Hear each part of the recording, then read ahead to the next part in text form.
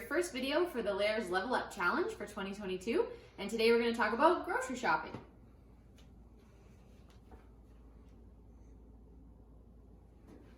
Alright, so I just came home from grocery shopping, and I have everything laid out that I bought today, and I think I'm just going to take you guys through kind of what I bought and what's always on my grocery list and why, basically. So first of all, it's important to note we gave you guys some of our coaches' grocery lists. And what you buy at the grocery store is obviously going to look different depending on what your goals are. So right now my goals are not very performance-based. I'm just basically eating to maintain a healthy pregnancy. Whereas some of the other coaches, you're going to see more performance-based goals. And then their grocery shop is going to look a little bit different based on that. So keep that in mind as we go through this. So first of all, when I write out my grocery list, I always start with the vegetables. We have basically the same vegetables on our grocery list every single week. So I just always start with that, and then I kind of follow what the perimeter of the grocery store looks like in our grocery list. So then I go into the dairy, and then the meat, and then anything else at the bottom is kind of what's in the inside of the grocery store.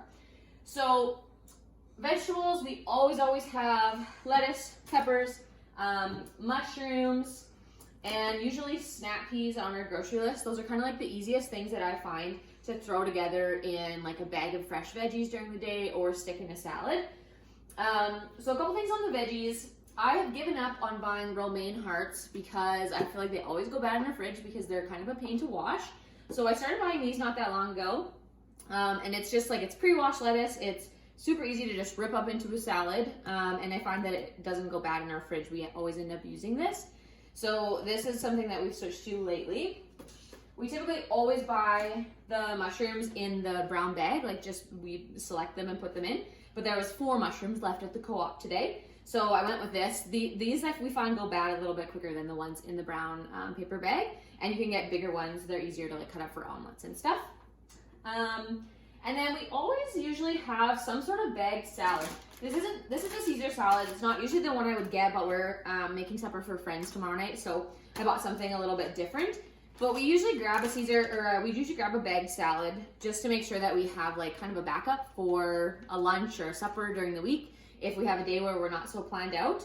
But you just want to watch and look at the fat content when you buy these bagged salads, because quite often it's for like a smaller portion than half the bag, or you know, this one's for a cup and a half, and so it's quite easy to eat a lot more than that.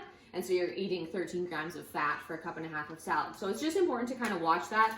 And you don't necessarily need all the dressing or all the cheese that's included. So just kind of keep an eye on that if you are going that route. So quite often, I think everybody has this problem of vegetables like going bad in their fridge. So I know some people will like take their broccoli, for example, and like cut it up and wash it and put it in containers right at the beginning of the week as soon as they get it. I seem to not have the patience or the time for that, so we just throw it all in the fridge and use it as we need to throughout the week. But then what we've been trying to do lately is towards the end of the week, if we have some vegetables that are kind of teetering on the edge of going bad, we'll just make a big stir fry. So we'll use everything up in our fridge kind of before we go grocery shopping again. So you don't necessarily have to have a ton of time on a Sunday and chop everything up, put it in containers. We never do, and it seems to work out pretty good for us. So then just because I have it this way, we'll go into the dairy section. So we always buy milk, we always buy eggs, and then yogurt. So yogurt can be kind of tricky because you can get quite a bit of sugar in yogurt. So I always go with the Greek yogurt because it's got higher protein. This is the stuff I've been buying lately, so it's 0%, but it's vanilla. So it still does have some sugar. So sugar is the thing, sugar and carbs are the things you want to look at in the yogurt.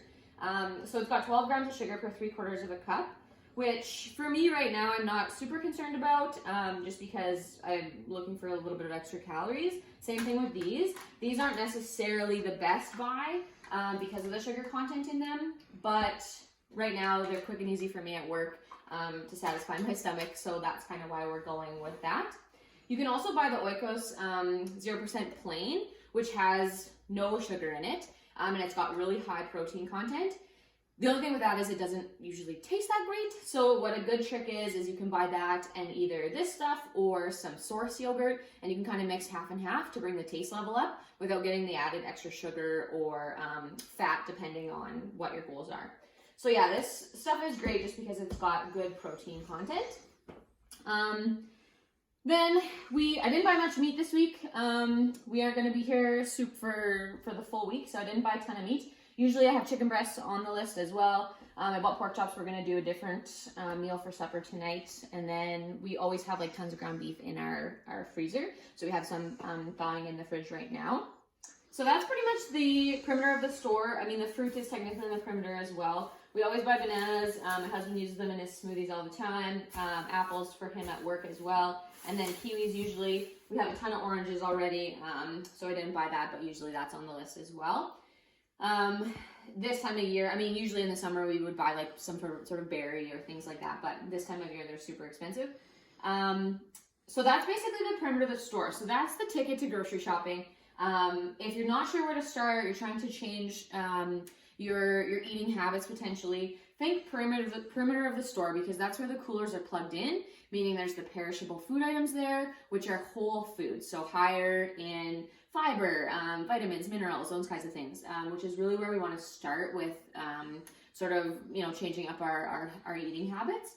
So think perimeter of the store, and then there's basically just a few items that I would look for in the interior of the store. Of course, like your spices and your cooking things, flour, etc., if you need those kinds of things. But other than that, we really don't spend a lot of time in the interior of the store. We buy rice, which this is the kind of rice we typically get. Jasmine brown rice. I mean, there's a million different kinds of rice, but we find this stuff is really good. We eat a lot of salsa with burrito bowls, and I don't know, we just eat a lot of salsa. So that's always something we get in the interior of the store as well. Depending on our work schedule and stuff, usually we'll get some type of granola bar or maybe a cracker if we need something like that. But other than that, we really don't spend a lot of time in the interior of the grocery store. I just thought I would also show our pantry because I don't buy these things every time we go grocery shopping. But this is kind of the stuff that we would normally buy from the interior of the store as well. So we usually have some crackers. This was like a Costco special or something. And then a few granola bars. We like fiber ones. But again, these can be kind of high in sugar. So you want to make sure that you're checking the labels on the granola bars that you're buying. RX bars are excellent if you can get your hands on those. And then other things, like we just have, of course, like a few cans. Like we'll have black beans for burrito bowls. Canned tomatoes, stuff like that for chilies or whatever if we're making it. Other than that, we just have kind of like protein powder. We have, peanut butter. Everybody needs peanut butter, some honey, and then just chicken stock and just like the basic things that you need for most recipes. But really, we don't get a lot of other things from the interior of the grocery store. So all in all, my biggest grocery shopping tips are obviously shop the perimeter of the store, but be organized and have a plan when you go in there. So, we tend to go into the grocery store now without even like a really specific list because we're so used to, buying the things that we buy usually on the outside. So once you do that enough, you get in the habit of things. And the other thing is, don't go to the grocery store hungry. You're way more likely to buy the cupcakes or the tarts or whatever it is that you want to buy when you're hungry.